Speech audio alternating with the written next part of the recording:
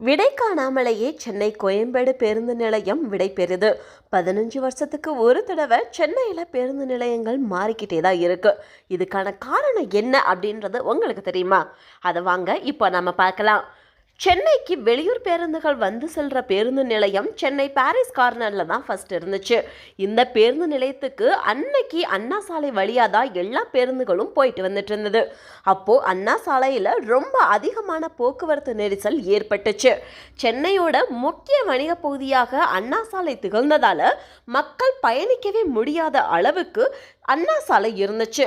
இதை அடுத்து 2003 வருஷத்துல ஆசியாலேயே ரொம்ப பெரிய பேருந்து நிலையமா கோயம்பேடு அமைக்கப்பட்டுச்சு.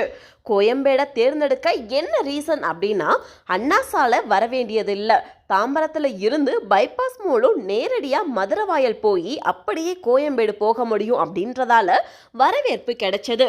அது மட்டும் இல்லாமல் கோயம்பேடுக்கு மணிமகுடமாக கொத்தாவால் சாவடி மார்க்கெட்டும் கோயம்பேடுக்கு தான் மாற்றப்பட்டுச்சு. அதே நேரம் வட சென்னை தென் சென்னை இந்த 2 பகுதி மக்களும் பயணிக்கக்கூடிய வகையில் கோயம்பேடு ஒரு சென்டரில் இருந்ததால் அந்த பகுதி அசுர வளர்ச்சி அடைஞ்சிருச்சு அப்படின்னு சொல்லலாம். இதனால் அண்ணா சாலை போலவே வடபழனி அசோக் நகர் போகிற ஜவஹர்லால் நேரு சாலை நெரிசலில் சிக்கி திணற ஸ்டார்ட் ஆயிருச்சு. இது ஒரு புறம் அப்படின்னா, 2000க்கு மேலே வேளச்சேரி பகுதிகளில் ஐடி கம்பெனிகள் வேகமாக வளர்ந்ததால் அதை சுற்றி இருக்கிற கந்தன்சாவடி, பள்ளிக்கரணை, துறைப்பாக்கம், பல்லாவரம், குரோம்பேட்டை, தாம்பரம், மேடவாக்கம் போன்ற பகுதிகளில் தாங்க முடியாத அளவுக்கு மக்கள் நெருக்கம் ஏற்பட்டுருச்சு. இதனால் வடபழனி சாலையை விட ரொம்ப கடுமையான நெரிசலை ஜிஎஸ்டி சாலை சந்திச்சிருக்கு. குறிப்பாக பெருங்களத்தூர்லேருந்து ஆலந்தூர் வரைக்கும் எத்தனை பாலம் போட்டாலும் மக்கள் நெருக்கத்தை கட்டுப்படுத்தவே முடியலை. அவ்வளோ அன்கன்ட்ரோலபிளாக போயிருச்சு. குரோம்பேட்டை டு துறைப்பாக்கம், OMR, திருவான்மியூர், வேளச்சேரி இந்த ரூட்டில் தான் போக மேம்பாலம் அமைக்கப்பட்ட போதும் கூட மேம்பாலத்திலேயே சிக்னல் போட வேண்டிய அளவுக்கு வாகன நெருக்கம் அதிகரிச்சிருக்கு.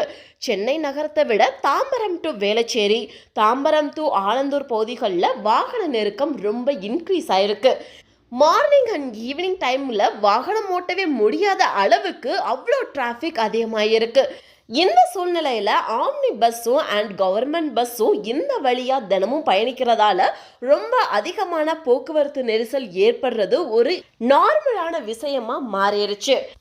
இந்த பிரச்சனைக்கு தீர்வு காண விரும்பின தமிழக அரசு போக்குவரத்து நெரிசலை குறைக்கிற வகையில் வண்டலூரை அடுத்து கிளம்பாக்கத்தில் புதிய பேருந்து நிலையம் அமைக்க முடிவு பண்ணிச்சு. 88.52 ஏக்கர் பரப்பளவில் ரூபாய் 397 கோடி மதிப்பில் 2018 வருஷம் இந்த பணி ஸ்டார்ட் ஆச்சு. இப்போ பேருந்து நிலையத்தோட எல்லா பணிகளும் முடிக்கப்பட்டுருச்சு. இன்னைக்கு அது திறக்கப்படுது. இந்த கிளம்பாக்கம் என்பது சென்னையோட ரொம்ப முக்கியமான நுழைவு வாயிலா இருக்கு. துறைமுகம் போற லாரிகள் மீஞ்சூர் வெளிவட்ட சாலை, தாம்பரம் பெருங்குளத்தூர் சாலை, காஞ்சிபுரம் வண்டலூர் ரோடு, கேளம்பாக்கம் ரோடு, வண்டலூர் பூங்கா, செங்கல்பட்டு திருச்சி ரோடு இது எல்லாத்தையுமே இணையிற இடத்துல இருக்கு. சென்னைக்கு இங்க இருந்து எந்த பிளேஸுக்கு வேணா போகலாம் அப்படின்றதால கிளம்பாக்கத்தை சூஸ் பண்ணியிருக்காங்க. ஆனால் இதுலையும் ஒரு சிக்கல் இருக்கு. அது என்னன்னா, இன்னமும் கிளம்பாக்கம் பேருந்துகள் நேரடியாக உள்ள வர மேம்பாலம் இன்னும் அமைக்கப்படவே இல்லை. ரயில்வே ஸ்டேஷனும் அமைக்கப்படலை. வண்டலூரில் இல்லை ஊரப்பாக்கத்தில் இறங்கி மாறி தான் வரணும். இதுதான் இங்கே இருக்கிற ரொம்ப பெரிய சிக்கலாக பார்க்கப்படுது. இது ஒரு புறம் இருக்க, பாரிஸ் கார்னருக்கு மாற்று அப்படின்னு அமைக்கப்பட்ட கோயம்பேடு பேருந்து நிலையம் விடை காணாமலேயே விடை பெறுது. ஒவ்வொரு 15 வருஷத்துக்கு ஒரு தடவை சென்னையில் பஸ் ஸ்டாண்டுகள் மாறுறது தொடர் கதையாக தான் இருக்கு. இன்னும் கொஞ்சம் வருஷத்துல கிளம்பாக்கமும் இதே போல அசுர வளர்ச்சி அடைய போகுது. ஸோ அந்த ரீசன்னால வாகன நெருக்கமும் அதிகரிக்க தான் போகுது. இதுதான் யதார்த்தமான உண்மை.